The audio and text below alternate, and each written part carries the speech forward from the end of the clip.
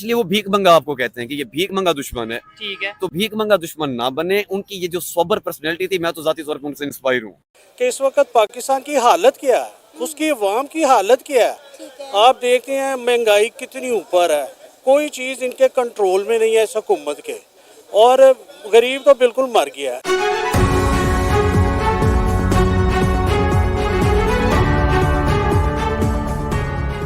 मेरा नहीं ख्याल किसी को ये तवक्को थी।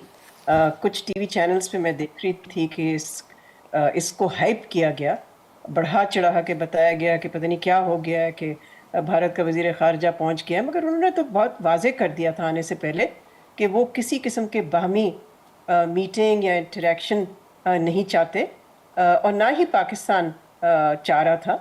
तो मैं नहीं समझती कि किसी की रियलिस्टिक ये एक्सपेक्टेशन थी या तवक्को थी कि इस मीटिंग से यानी कि समिट से, इंडिया की पार्टिसिपेशन से बर्फ़ जो है इंडिया पाकिस्तान के दरमियान वो किसी तरह से पिघलेगी।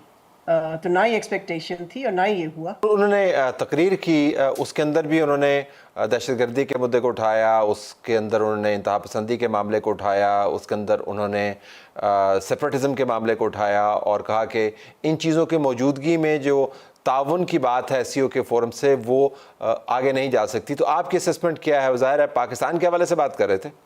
देखें, ये स्टैंडर्ड इंडियन लाइन है। मुख्तलिफ इंटरनेशनल फोरम्स पे वो यही कहते हैं, और इस फोरम में उनका ये कहना जाहिर है, उनका इशारा ज़रूर था, नाम नहीं लिया उन्होंने, लेकिन इशारा ज़रूर था पाकिस्तान की तरफ। एक और भी इशारा उन्होंने किया और वो चीन की तरफ था। जब उन्होंने कहा, वज़ीर ख़ारजा भारत के, उन्होंने कहा कि जी यहाँ पर यूनिलैटरल कनेक्टिविटी नहीं होनी चाहिए। उनका जाहिर है एक तरह से रेफरेंस यही था बेल्ट एंड रोड इनिशिएटिव जो चाइना की है। तो उन्होंने कहा जी ये कंसेंसस से होनी चाहिए है कनेक्टिविटी, और यूनिलैटरल नहीं होनी चाहिए। तो ये स्टैंडर्ड लाइन है। फिर एक और जो पहलू था उनकी स्टैंडर्ड लाइन का, वो ये था कि ग्लोबल इंस्टीट्यूशंस नीड रिफॉर्म, और उस हवाले से आपको पता ही है कि इंडिया एस्पिरेंट है for a permanent seat of the UN security council. तो उन्होंने ये बात दोहराई इस स्पीच में कि UN सिक्योरिटी काउंसिल का भी रिफॉर्म होना चाहिए और उसको एक्सपैंड करना चाहिए by both permanent and non permanent seats. 9 मुल्कों के लोग आए हैं, जितने भी मुल्कों के आए हैं, क्या ये इधर की किसी गरीब की आवाम को उधर एंट्री देंगे? कभी भी नहीं देंगे। पाकिस्तान के हक में ये उस वक्त बेहतर होगी कि इसका फ़ायदा पाकिस्तानी अवाम को पहुँचे। मैं नहीं समझता कि इसका फ़ायदा पाकिस्तानी अवाम को पहुँचना है। ये जितने भी बैठे हैं, ये सब इन्होंने अपनी जेबों में डालना है। कर्जा जो है वो पाकिस्तानी अवाम नहीं लेती IMF से, लेकिन बोझ सारा IMF को, ये जो कर्जा है इसका वहाँ पर डाला जाता है। आज से तो नहीं ये मामला चल रहा है ये कि उस पर बात नहीं की। इमरान खान एक दफ़ा आया है, बेनज़ीर 2 दफ़ा आई है, नवाज शरीफ 3 दफ़ा हो गया है। अब तक 1947 से अब तक 22 वज़ीर आज़म गुजर चुके हैं। तो भाई किसी ने भी ये तीर नहीं मारा, तो अब क्या तीर लगेगा? ये तीर नहीं लगेगा। इस तीर लगने के लिए कोई मोहम्मद बिन कासिम का इंतज़ार किया जा रहा है, और वो मोहम्मद बिन कासिम अब नहीं आ सकता। और इंडिया की फॉरेन पॉलिसी है, उसके अंदर न्यूटन का जो लॉ है वो इसके ऊपर अप्लाई होगा। Newton law of politics apply हो जाएगा, जिसका मतलब है कि जैसा एक्शन वैसा रिएक्शन, टिट फॉर टैट इसको कहा जाता है। ठीक है। और उन्होंने सिर्फ कहा भी नहीं, उन्होंने करके दिखाया। ठीक है। उन्होंने अपना एम्बेसडर यहाँ से बुलवा लिया, उन्होंने वहां से बुलवा लिया। ठीक है। तो अब अगर एक कनाडा जैसी स्टेट से वो अपना एम्बेसडर और फॉरेन मिनिस्टर अपने बुला लेते हैं वहां से वापस कॉन्सुलेट से, तो सोचें एक जो डेवलपिंग कंट्रीज होंगी जैसे पाकिस्तान है, तो पाकिस्तान उनकी फॉरेन पॉलिसी में कहाँ स्टैंड करता होगा। ठीक है। तो मतलब अपनी फॉरेन पॉलिसी को लेके वो बहुत रिजिड है। ठीक है। दूसरा, यहाँ पे आने से पहले ही जयशंकर ने बहुत सारी चीजें क्लियर वर्ड्स में बता दी थी।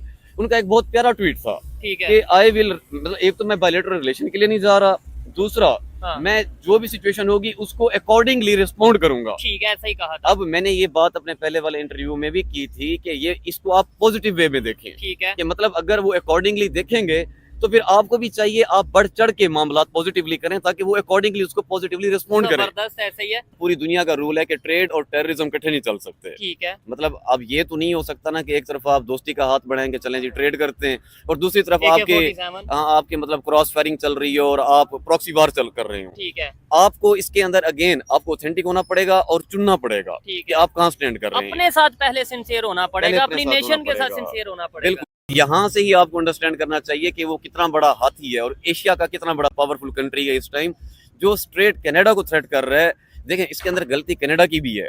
उन्होंने जो एक्यूज उनको इल्जाम लगाए हैं उनके ऊपर किलिंग से रिलेटेड, उसके प्रूफ दें। हाँ। या तो आप किसी बंदे पे इल्जाम नहीं लगा रहे हो, आप एक कंट्री पे, वो भी इंडिया पे इल्जाम लगा रहे हो। हाँ। और आप इल्जाम लगा के प्रूफ भी नहीं दे रहे। तो इसके अंदर इंडिया ऑटोमेटिकली बाजी ले जाएगा, लीड कर जाएगा, एग्रेसिव मूड दिखाएगा और कनाडा अपनी जो एक फॉरेन पॉलिसी है उसके ऊपर वीक हो जाएगा। ठीक हो गया। इसके अंदर पाकिस्तान को और अदर कंट्रीज को भी लर्न करने की जरूरत है। अच्छा, इंडिया का सिर्फ ये कनाडा को लेके नहीं था। अच्छा, अब जब वो यूरोप को भी स्ट्रेट वे कह रहा है, जब ये छोटा पैगाम नहीं, आप इसको समझें कि पूरी दुनिया को यूरोप को ये कह रहा है कि आपको क्यों लगता है कि आपकी प्रॉब्लम हमारी प्रॉब्लम है। ठीक है। आपकी प्रॉब्लम है, हमारी प्रॉब्लम नहीं है। कश्मीर आज़ाद करवाने के लिए पहले भी मियां मोहम्मद नवाज शरीफ ने आवाज़ दी थी कि मैं कश्मीर आज़ाद करवाऊंगा, वो हमारा पाकिस्तान का एरिया है, लेकिन इसने वो नहीं करवाया।